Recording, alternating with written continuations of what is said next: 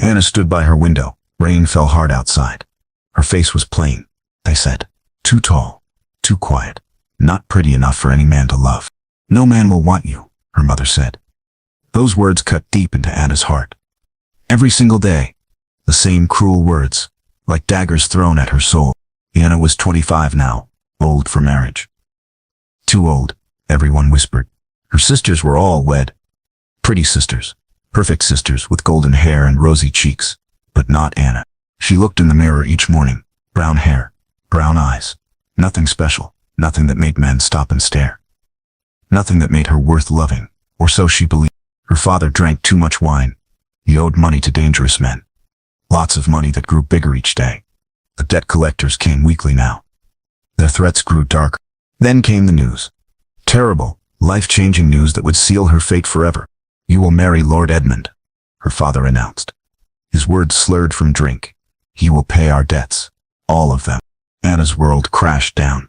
Lord Edmund was 60 years old. A widower who lived alone, far away in the cold northern mountains, where winter never seemed to end. Her heart broke into 1,000 pieces. This was her punishment, she thought, for being plain, for being unwanted, for being the daughter nobody could love. Her mother smiled. Then, a cold, cruel smile that chilled Anna's blood. At least you're worth something now, she said with a laugh. The wedding would be next week. No time to run. No time to hide. No time to change her fate. Anna packed her few things with trembling hands. Her precious books, her simple sewing kit, the small wooden bird her brother had carved for her birthday. Nobody hugged her goodbye. Nobody cried for her leaving. Nobody seemed to care that their daughter was disappearing forever. She left in an old creaking carriage, completely alone. The road stretched long and bumpy ahead. Anna watched familiar trees pass by her window. Each mile took her further, further from everything she knew, further from any hope of happiness. She thought about Lord Edmund during the long journey. People whispered strange things about him. Mysterious man, they said, never came to town, kept to himself like a ghost. His first wife had died young under unclear circumstances. What would he do to her? Would he be cruel like her family? Would he hate her plain face? Would he lock her away and forget she existed? The mountains grew closer with each hour. The air turned colder. Anna pulled her thin cloak tight around her shoulders. It offered little warmth against the growing chill. This was her life now. Given away like unwanted furniture, sold to pay her father's gambling debts. Her family's burden, finally lifted from their shoulders. But deep inside Anna's breaking heart, a tiny spark of hope still flickered. Maybe somehow, things could be different. Maybe the stranger would show her kindness. Maybe. The carriage climbed higher into the mountain. Soon she would meet him. Lord Edmund, her husband. Her unknown fate was waiting in the shadows ahead. Lord Edmund waited by the iron gate. He was tall and thin, yes. His hair was silver white like fresh snow, but his eyes were completely different from what Anna expected. They were kind, soft blue like a summer sky, warm like sunlight on her face.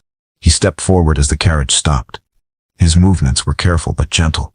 He helped her down with steady hands. "Welcome, Anna," he said softly. His voice was warm, honey, not harsh commands. "I hope your journey wasn't too difficult." Anna stared at him in confusion.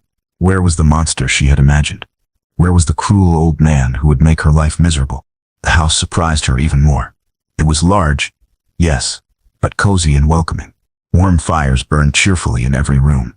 It smelled like fresh bread and dried herbs. Like a real home, not a cold prison. "You must be very tired," Edmund said with genuine concern. "Martha will show you to your rooms. Rest as long as you need."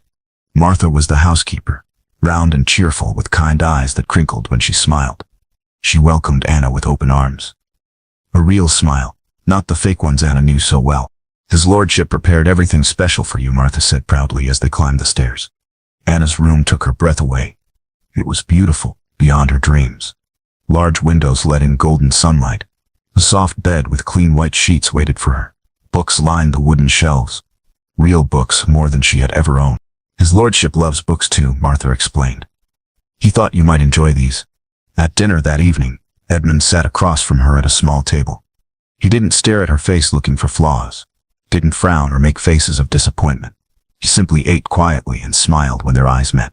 "Please, tell me about yourself," he said after a while. He leaned forward with real interest. What brings you happiness? What do you dream about? Anna spoke softly at first. About her love of reading stories. Her skill with needle and thread. Her quiet dreams of helping people somehow. Simple things that nobody had ever cared about before. Edmund listened carefully, really listened with his whole attention. He nodded thoughtfully and asked gentle questions. He seemed genuinely interested in her thoughts and feelings. I love books too, he said with enthusiasm. The entire library is yours to use whenever you wish. Consider it your own special place. After dinner, he showed her through the house. It had many bright rooms. A huge library filled with more books than Anna could count. A sunny sewing room with perfect light. Beautiful gardens visible through every window. Why did you agree to marry me? Anna asked quietly. The question had burned in her mind all day. Edmund's face grew thoughtful and a little sad. I was lonely, he said with simple honesty. Your father needed help with his debts. And I needed company. Human warmth in this big empty house.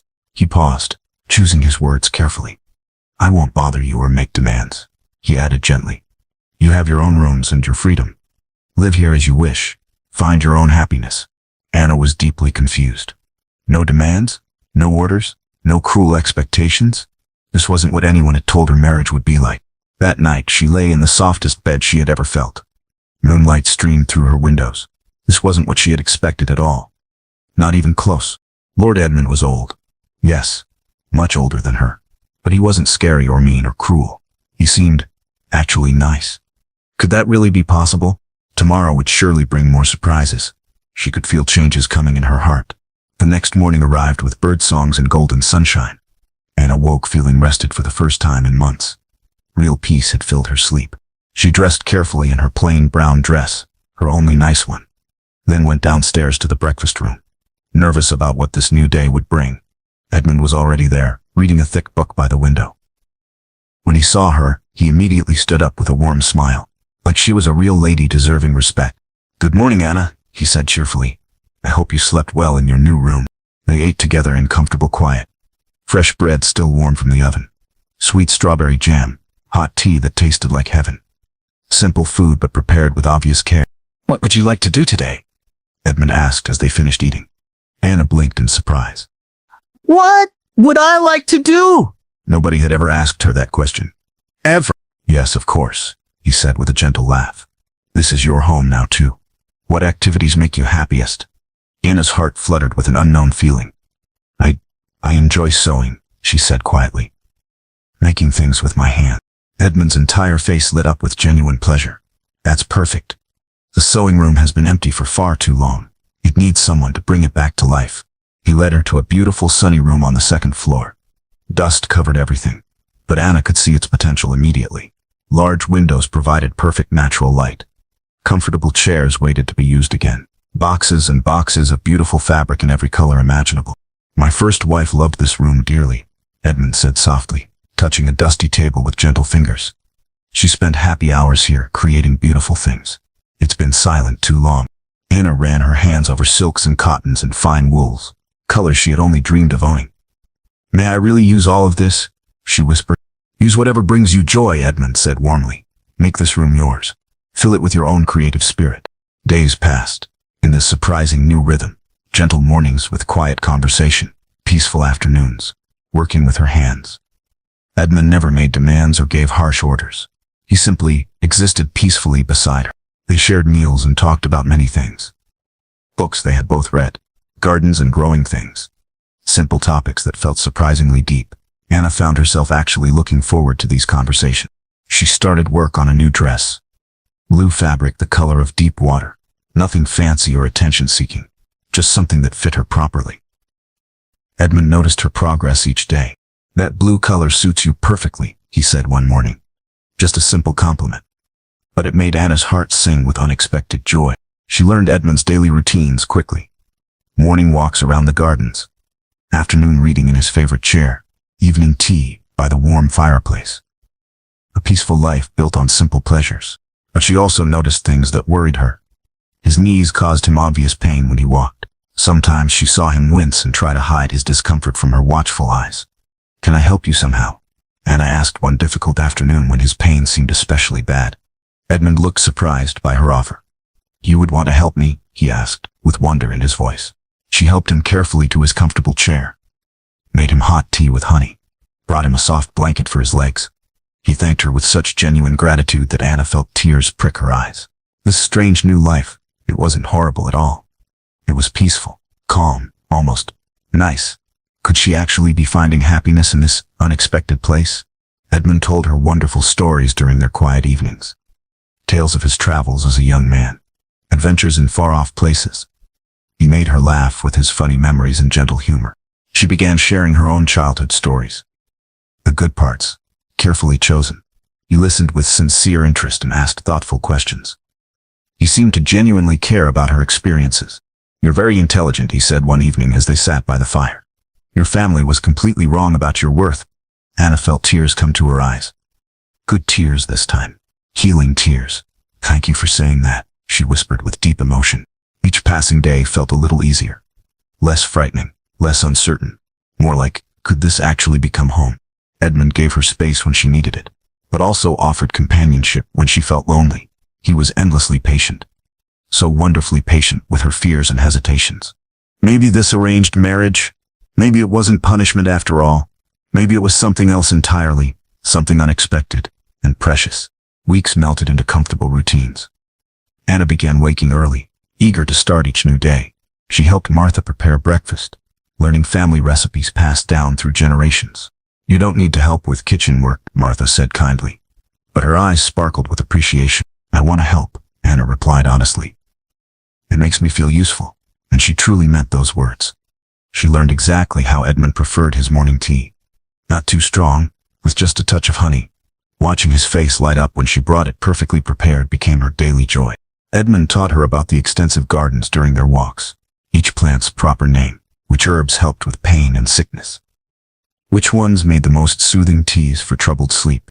"My knees feel much better today," he mentioned one morning with obvious surprise. "That herbal salve you made yesterday, it actually works wonderfully." Anna had found an old recipe in one of his medical books. She had mixed healing herbs from the garden with careful precision. Edmund had been her very first patient, and he was improving. The vast library became Anna's favorite sanctuary. So many books on every topic imaginable. Edmund often joined her there, during quiet afternoons. They read peacefully together by the tall window. "You might enjoy this one," he would suggest, always choosing perfectly. His recommendations opened new worlds of knowledge for her curious mind. Sometimes he dozed off in his comfortable reading chair. Anna would quietly cover him with a soft wool blanket. These small acts of care felt natural and right. She made new curtains for the dining room using sunny yellow fabric. Edmund praised her skilled handiwork with genuine admiration. "You have real artistic talent," he said warmly. These brightened the entire room. The local doctor visited one afternoon to check Edmund's troublesome knees. Anna waited nervously in the hallway for his assessment. "They're definitely improving," the doctor announced with clear surprise.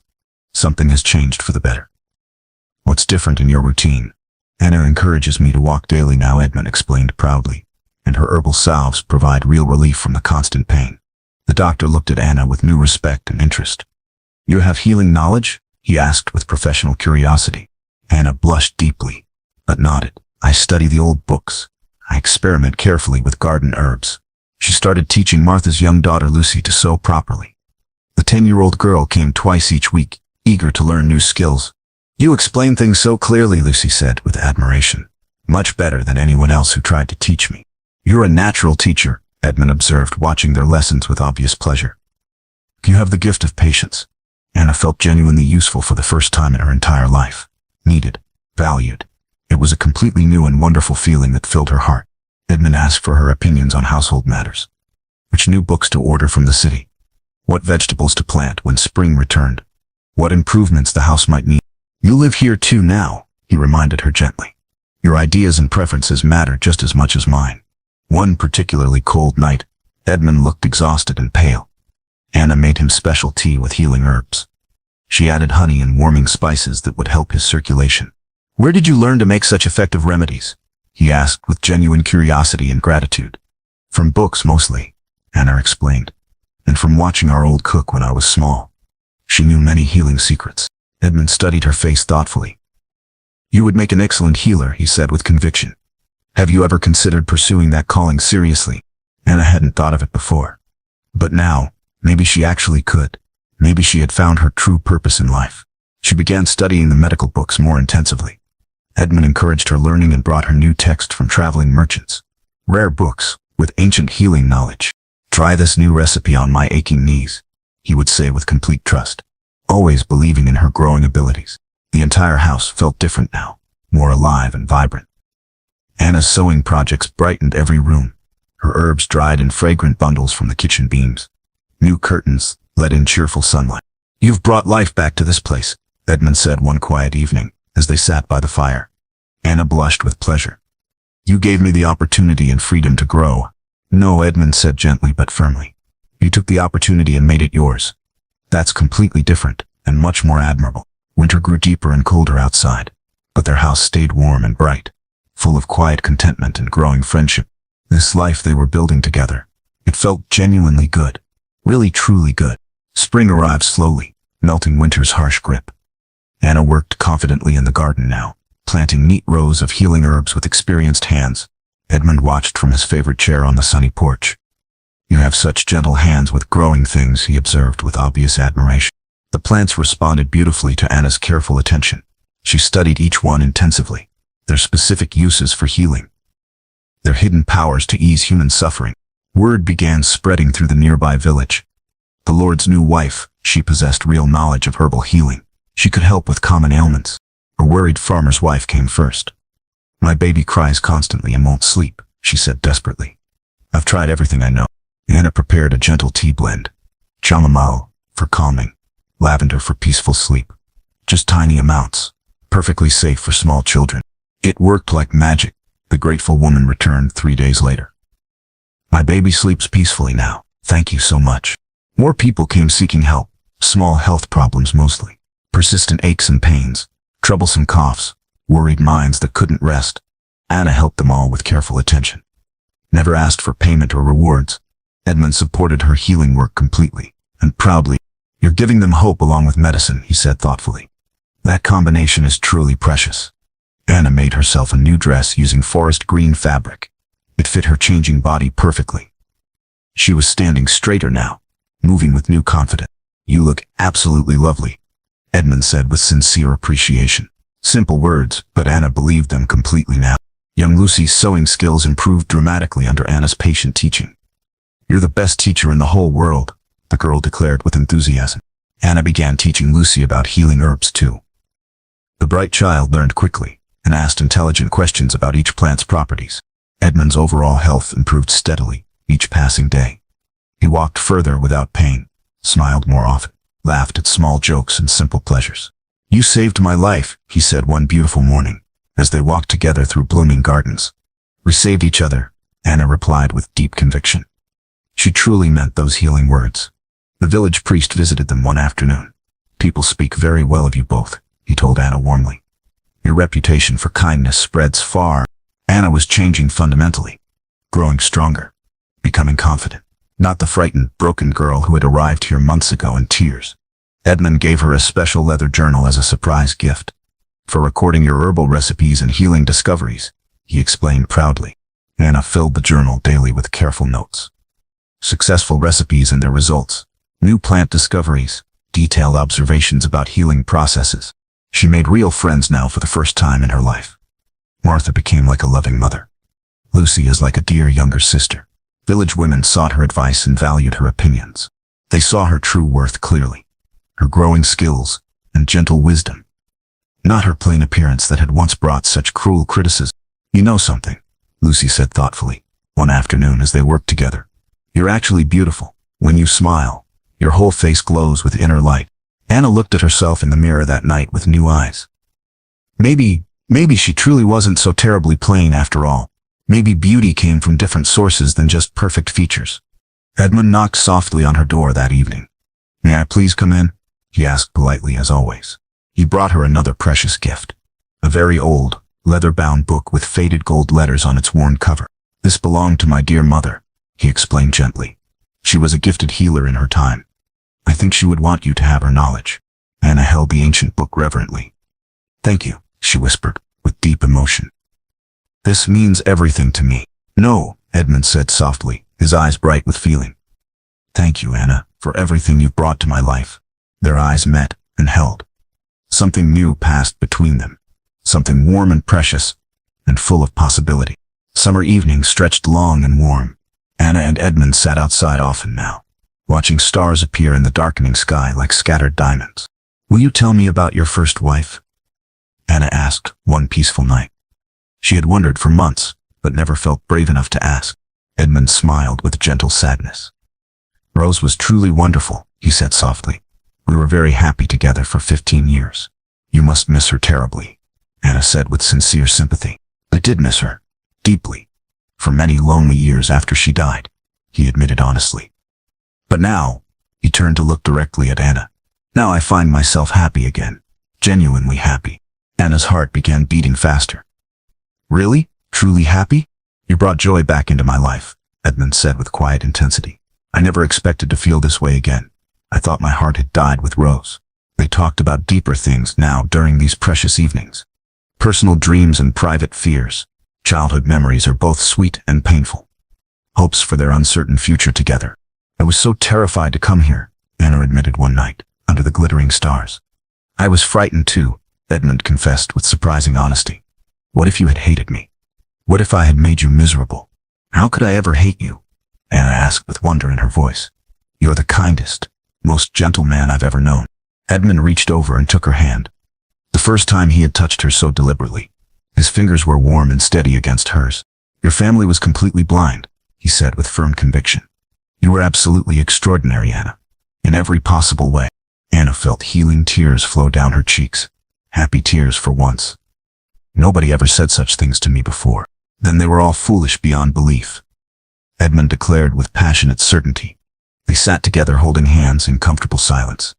Perfect peace settled around them like a soft blanket. Everything felt exactly right. Each new day brought them emotionally closer.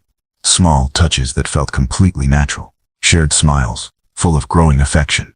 Deep conversations that revealed their true hearts. "I believe I'm falling in love with you," Edmund said one morning as they worked together in the herb garden. Just like that. Simple truth spoken directly. Anna's breath caught in her throat.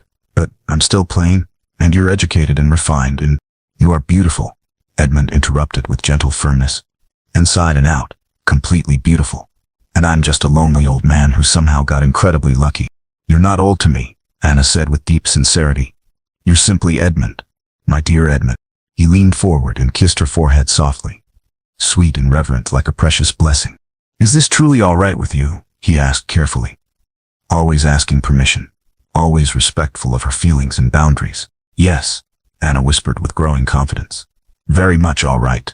They began taking longer walks together now, hand in hand through the peaceful gardens. The village people noticed their obvious affection and smiled approvingly.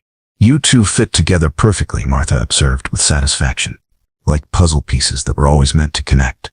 Anna felt it too. The sense of belonging, of rightness, of coming home to herself at last. "I love you, Edmund," she told him one starlit evening. The words felt completely natural and true.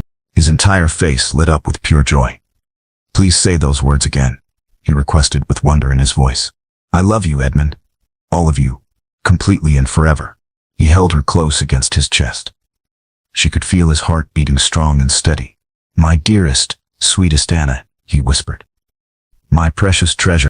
They were healing each other's deepest wounds. Day by day, heart by heart, love by love. Anna's family arrived without any warning on a cold autumn morning. Her mother stepped down from an expensive carriage. Her beautiful sister Jane followed with a superior smile. "We came to visit our dear Anna," her mother announced loudly. But her eyes remained cold and calculating as always. They looked around the prosperous house with obvious surprise, noticed Anna's fine clothes and healthy appearance, saw her unmistakable happiness and confidence. My, you've certainly done well for yourself," her mother said with full sweetness. It wasn't meant as a genuine compliment. At dinner that evening, they were deliberately rude to Edmund, called him the old man behind his back, laughed mockingly at his gentle manners and quiet dignity. Anna's hands trembled with growing anger, but Edmund remained completely calm and courteous despite their cruel behavior. Later that night, her mother cornered Anna alone in the kitchen. "Don't get too comfortable here," she warned with her familiar cruelty. "He'll die soon enough." "Then what will become of plain little Anna?" "How dare you speak that way?" Anna said, finding her voice and inner strength. I'm just being practical, her mother shrugged with cold indifference. You're still the same plain, worthless Anna. Nothing has really changed. That night, Anna cried bitter tears in the garden. All the old wounds felt fresh and painful again. Edmund found her there under the moon. What terrible things did they say to you? He asked with gentle concern. Anna told him everything through her tears. His face grew serious and determined as he listened. There's something important I must tell you, he said quietly. About my legal will and inheritance plans. Anna's heart sank with sudden fear. Here it comes, she thought. The cruel truth at last. Everything goes to you, Edmund said with simple directness. The house, the money, all my possessions, everything. Anna stared at him in complete shock. What? But why would you? Because I love you with all my heart, he said simply. And because I need to tell you the truth. I'm sick, Anna. The world seemed to tilt dangerously. Sick? What do you mean? My heart is failing, Edmund explained gently. The doctor says I have perhaps 1 year remaining, maybe less. No, Anna whispered with desperate denial. No, that's not fair. That can't be true. Life is rarely fair, my darling, Edmund said with sad acceptance. What we have right now, this moment, that's what truly matters. Anna threw herself into his strong arms. I'll find a cure somehow, my herbs and healing knowledge. Some things cannot be cured, my love, he said softly. But you've given me more joy than I ever dreamed possible. That's enough for any man. Her family had somehow overheard this private conversation. Perhaps they had been listening at doors like sneaking thieves. How generous our Edmund is, her mother said the next morning with false syrupy sweetness. Her entire attitude had changed overnight. You should leave immediately, Anna said with steel in her voice. She had never possessed before. Now, Anna, we're still your family, her mother protested with fake concern. No, Anna said firmly. Real family doesn't sell their daughters. Real family doesn't mock good, decent men. Edmund stepped beside her with quiet dignity. You heard my wife, he said with calm authority. Please leave our home now. Her mother's face twisted into its familiar, ugly expression of rage. You'll regret this decision, she hissed with venom. The only thing I regret, Anna declared with newfound strength, is not standing up to you years ago. They left in angry frustration, but they left completely defeated. Edmund hugged Anna tight against his chest. My brave, courageous girl, he said with pride and love. We'll fight this sickness together, Anna promised with fierce determination. Your heart, we'll find a way to heal it. You already have healed it, Edmund said with deep emotion. You healed it completely with your love. But Anna refused to give up hope. She studied medical books even more intensively, wrote letters to famous doctors, searched desperately for answers and treatment. Time felt precious now. Each day is a gift to be treasured. Each moment together is sacred and irreplaceable. Anna wrote urgent letters to doctors in distant cities, famous healers and medical experts, anyone who might offer hope or new treatments for Edmund's failing heart. Edmund watched her determined efforts with gentle understanding. Please don't waste our precious time worrying about this, he said softly. Fighting for your life isn't wasted time, Anna replied with fierce conviction. It's the most important thing I'll ever do. The entire village rallied around them both. People Edmund had helped for decades.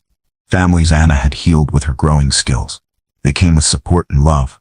They brought fresh food and warm blankets, offered heartfelt prayers and ancient family remedies, shared their own stories of overcoming impossible challenges.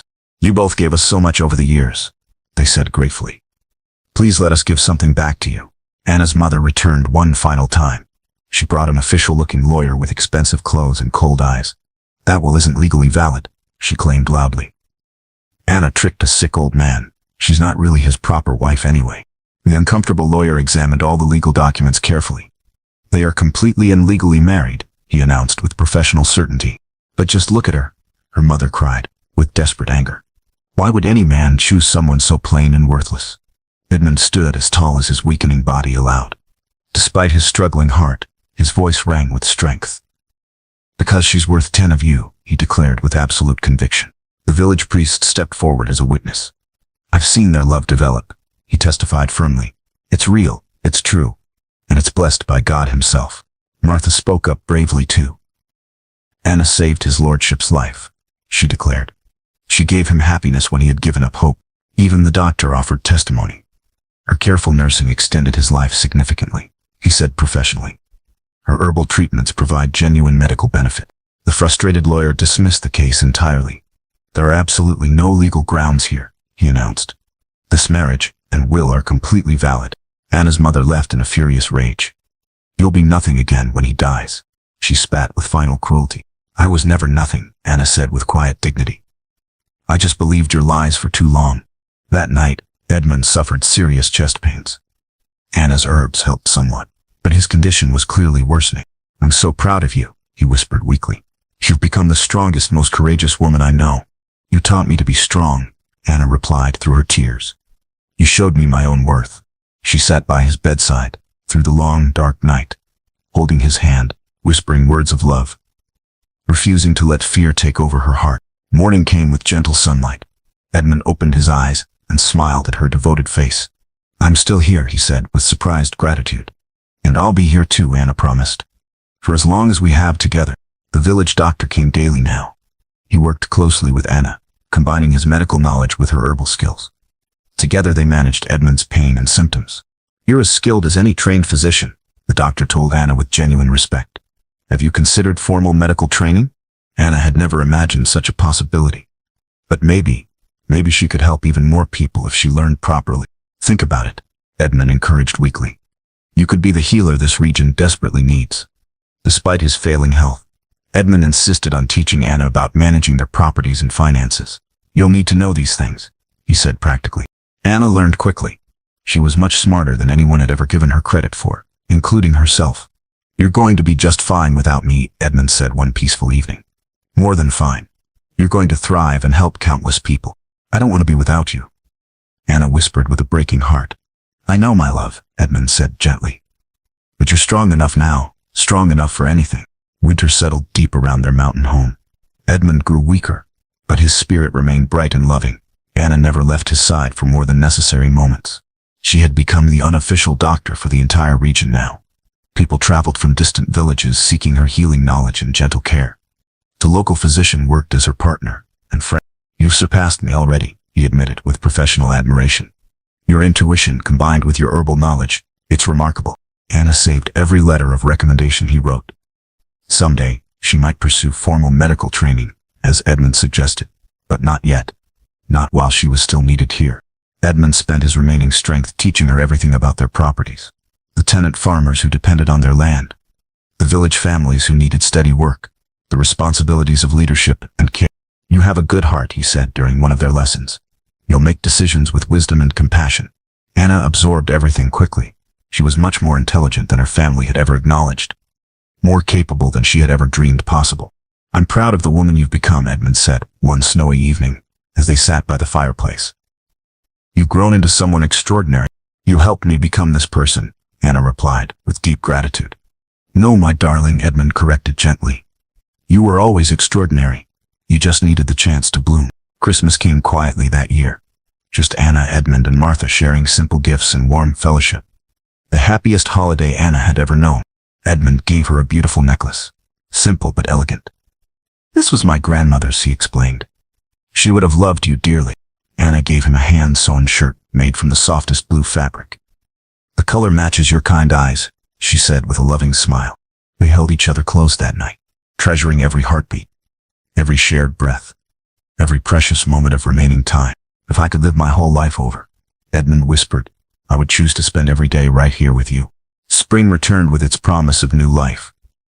But Edmund continued growing weaker despite Anna's devoted care and medical knowledge.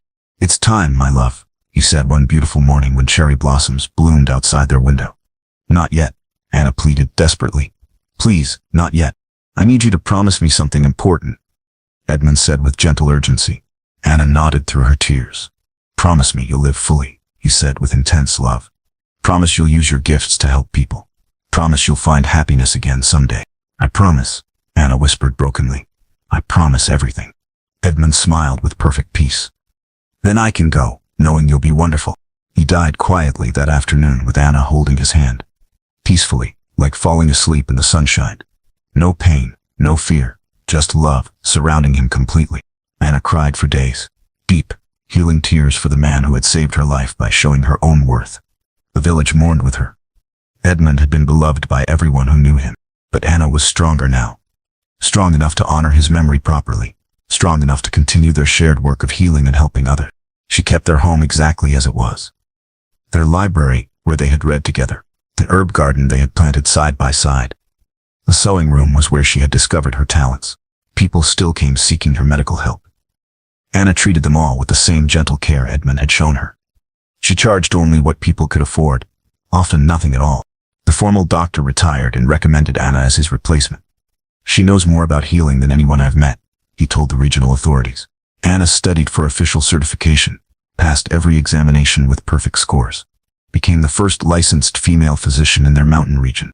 She established a proper clinic in part of their large house, trained young women in herbal medicine and patient care, built a legacy of healing that honored Edmund's memory. Years passed peacefully. Anna never remarried, but she was never truly alone. Her adopted daughters from the clinic, her patients who became friends, the village that embraced her completely. She kept Edmund's portrait in her study. Sometimes she talked to him about her day, about the difficult cases and the successful treatments, about the young healers she was training. "I kept my promises," she would say softly. "I lived fully. I helped people. And yes, I found happiness again. Different happiness, but real." Anna lived to be 83, still treating patients until her final weeks, still teaching young healers her accumulated wisdom, still loving the man who had seen her true worth first. The village erected a statue honoring them both, Anna the healer and Edmund the kind. Their love story became a local legend, proof that true worth comes from character, not appearance. That real love sees the heart, not just the face. That kindness can transform everything. That every person has value waiting to be discovered and cherished. Anna's journal became a medical textbook used for generations. Her herbal recipes saved countless lives. Her clinic trained hundreds of healers who spread across the continent. But her greatest legacy was simpler. She proved that love can bloom anywhere, that gentleness conquers cruelty, that every person deserves respect and care and the chance to become their best self. The unwanted daughter became a beloved healer. The arranged marriage became true love. The broken heart that became a source of strength for others. Sometimes the most beautiful stories begin with the deepest pain. Sometimes the greatest love comes from the most unexpected places. Sometimes being given away leads to being truly found. Anna knew this truth completely. She had lived it, breathed it, and shared it with everyone who needed hope. Love had transformed her from victim to healer, from worthless to priceless. And in the end, that transformation changed, not just her life, but hundreds of others who learned that they too were worthy of love, respect, and the chance to bloom into their own extraordinary selves.